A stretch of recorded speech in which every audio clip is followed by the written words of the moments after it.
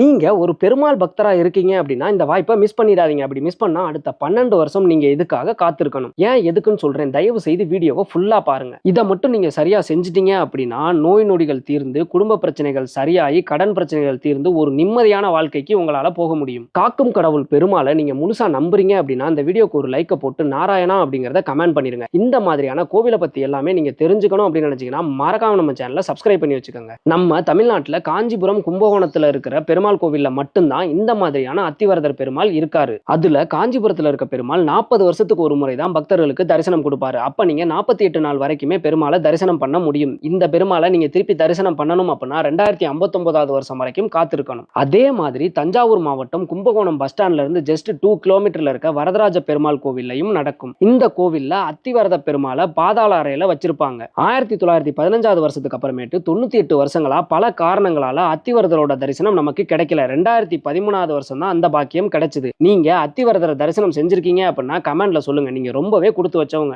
இப்ப நமக்கு அந்த பாக்கியம் கிடைக்க போகுது. அத்திவரதர் அப்படின்னா அத்திமரத்தால செஞ்ச பெருமாள். மும்மூர்த்திகளின் அம்சமான தத்தாத்திரேயரோட அம்சமாகவும் அத்திமரம் கருதப்படுது. இது 6வது கிரகமான சுக்கிரனோட அம்சமாகவும் கருதப்படுது. இந்த அத்திமரம் கண்டு காய் காய்க்கும், காணாமல் பூ பூக்கும் அப்படின்னு சொல்லுவாங்க. இது ரொம்பவே வலிமையான மரம். இந்த அத்திமரம் பாத்தீங்க அப்படின்னா இயற்கையாவே பாசிட்டிவ் எனர்ஜி தரக்கூடியது. இந்த அத்திமரத்துல செஞ்ச பலகையை பல பேர் தியானம் செய்யறதுக்காக யூஸ் பண்ணுவாங்க. மகாவிஷ்ணு நரசிம்ம அவதாரம் எடுத்து இரணியகசிப வதம் செஞ்சதுக்கு அப்புறமேட்டு இந்த அத்திமரத்துல தான் நகங்களை சுத்தம் செஞ்சிருக்காரு. இந்த அத்திமரத்தால செஞ்ச வரதராஜ பெருமாளை நீங்க வழிபட்டீங்க அப்படின்னா உங்களோட நோய் நொடிகள் தீர்ந்து, கடன் பிரச்சனைகள் சரியாகி, குடும்ப பிரச்சனைகள் தீர்ந்து ஒரு நிம்மதியான வாழ்க்கைக்கு போகலாம். இந்த சக்தி வாய்ந்த அத்திவரதரை நீங்க தரிசனம் பண்ணணும் அப்படின்னா வர்ற மார்ச் 1ஆம் தேதியில இருந்து 10ஆம் தேதிக்குள்ள கும்பகோணம் வந்துருங்க. பெருமாளோட அருள் இருந்தா நானும் அங்க வர்றேன். நம்ம மீட் பண்ணலாம். பாய்.